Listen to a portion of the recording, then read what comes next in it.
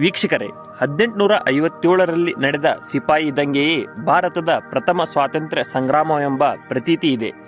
ಈ ಮಹಾಸಂಗ್ರಾಮದಲ್ಲಿ ಅನೇಕ ರಾಜ ಮಹಾರಾಜರು ಒಟ್ಟಾಗಿ ಬ್ರಿಟಿಷರ ವಿರುದ್ಧ ಹೋರಾಡಿದರು. ಇವರಲ್ಲದೆ ಅನೇಕ ಬುಡಕಟ್ಟು ಜನಾಂಗದವರು ಕೂಡ ಈ ಮಹಾಸಂಗ್ರಾಮದಲ್ಲಿ ನಿರ್ಣಾಯಕ ಪಾತ್ರ ವಹಿಸಿದ್ದರು.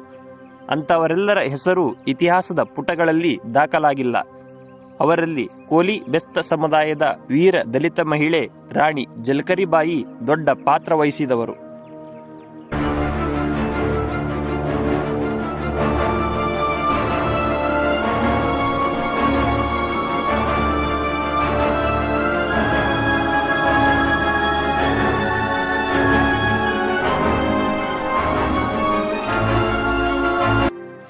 ಸಿಪಾಯಿ ದಂಗೆಯ ಇತಿಹಾಸದ ಪುಟಗಳಲ್ಲಿ ರಾಜ ಮಹಾರಾಜರ ಹೆಸರುಗಳು ದಾಖಲಾಗಿವೆ. ಆದರೆ ದಲಿತ ಸಮುದಾಯಕ್ಕೆ ಸೇರಿದ ರಾಣಿ ಜಲ್ಕರಿಬಾಯಿ ಹೆಸರು ಎಲ್ಲಿ ಕೇಳಿಬರುವುದಿಲ್ಲ ಮತ್ತು ಸ್ವಾತಂತ್ರ್ಯೋತ್ಸವದ ಸಂದರ್ಭದಲ್ಲಿ ಯಾರೂ ಸ್ಮರಿಸುವುದೂ ಇಲ್ಲ. ಜಲ್ಕರಿಬಾಯಿಗೆ ರಾಣಿ ಜಲ್ಕರಿಬಾಯಿ ಎಂದು ಕರೆಯಲು ಕಾರಣವಿದೆ. ಅದೇನೆಂದರೆ, ರಾಣಿ ಜಲ್ಕರಿಬಾಯಿ ಸಾಮಾಜಿಕವಾಗಿ ಒಬ್ಬ ದಲಿತ ಮಹಿಳಾ ಹೋರಾಟಗಾರ್ತಿ. 1857ರಲ್ಲಿ ನಡೆದ ಸಿಪಾಯಿ ದಂಗೆಯ ಹೋರಾಟದಲ್ಲಿ ತನ್ನ ಧೈರ್ಯ ಮತ್ತು ಸಾಹಸಗಳಿಂದ ತ್ಯಾಗಮಯಿ ಆದವಳು. ಈಕೆ ಝಾನ್ಸಿ ರಾಣಿ ಲಕ್ಷ್ಮೀಬಾಯಿಯ ವಿಶ್ವಾಸಕ್ಕೆ ಪಾತ್ರಳಾಗಿ ಸೈನಿಕಳಾಗಿ ಬೆಳೆದವಳು. ಮಹಾರಾಣಿಯನ್ನು ರಕ್ಷಿಸಲು ತಾನೇ ರಾಣಿಯ ವೇಷ ಧರಿಸಿ ಹೋರಾಟ ನಡೆಸಿದವಳು. ಆದ್ದರಿಂದಲೇ ಜಲ್ಕರಿಬಾಯಿಗೂ ಕೂಡ ರಾಣಿ ಜಲ್ಕರಿಬಾಯಿ ಎಂದೇ ಕರೆಯುತ್ತಿದ್ದರು. ವೀಕ್ಷಕರೇ, ರಾಣಿ ಜಲ್ಕರಿಬಾಯಿಯು 22/11/2020ರಂದು ಮಧ್ಯಪ್ರದೇಶದ ಝಾನ್ಸಿ ಬಳಿಯ ಬೋಜ್ಲಾ ಗ್ರಾಮದ ಕೋಲಿ ಸಮುದಾಯದ ಕುಟುಂಬದಲ್ಲಿ ಜನಿಸಿದಳು.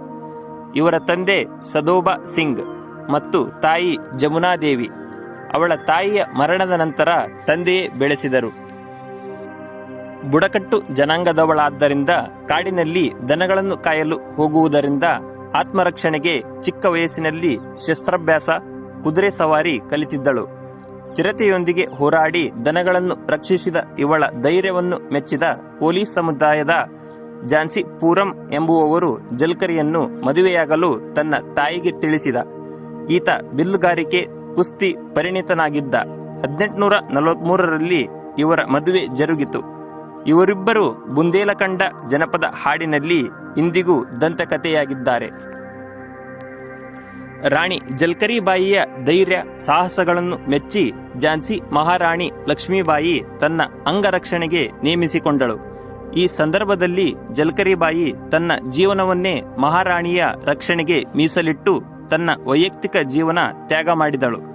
ಆನಂತರದ ದಿನಗಳಲ್ಲಿ ರಾಣಿ ವೇಷದಲ್ಲಿ ಮಹಾರಾಣಿಯನ್ನು ಅನೇಕ ಬಾರಿ ರಕ್ಷಿಸಿದ್ದರಿಂದ ಜನರು ಈಕೆಯನ್ನು ರಾಣಿ ಜಲ್ಕರಿಬಾಯಿ ಎಂದೇ ಕರೆಯುತ್ತಿದ್ದರು. ರಾಣಿ ಜಲ್ಕರಿಬಾಯಿ ಬ್ರಿಟಿಷರ ವಿರುದ್ಧ ಹೋರಾಡಲು ದಲಿತ ಸಮುದಾಯದ ಬೆಸ್ತ, ತಳವಾರ, ಅಂಬಿಗರು, ಮೊಗವೀರರು, ಕೋಲಿ, ಕಬ್ಬಲಿಗ ಮುಂತಾದ ಸಮುದಾಯದವರ ಪಡೆಯನ್ನು ಕಟ್ಟಿ ರಾಣಿಯ ರಕ್ಷಣೆಗೆ ವಿಶೇಷ ತಂಡ ರಚಿಸಿದ್ದಳು. ಬ್ರಿಟಿಷರು ಝಾನ್ಸಿ ಕೋಟೆಯನ್ನು ಮುತ್ತಿಗೆ ಹಾಕಿದಾಗ ಜಲ್ಕರಿಬಾಯಿಯ ಈ ಎಲ್ಲಾ ತಂಡಗಳು ಬ್ರಿಟಿಷರ ವಿರುದ್ಧ ಹೋರಾಟದಲ್ಲಿ ದಿಟ್ಟತನದಿಂದ ಬ್ರಿಟಿಷರ ರುಂಡ ಚೆಂಡಾಡಿದರು. ಮುಂದೆ 1857ರಲ್ಲಿ ಏಪ್ರಿಲ್ ತಿಂಗಳಲ್ಲಿ ರಾಣಿ ಜಲ್ಕರಿಬಾಯಿ ಹುತಾತ್ಮಳಾಗುತ್ತಾಳೆ.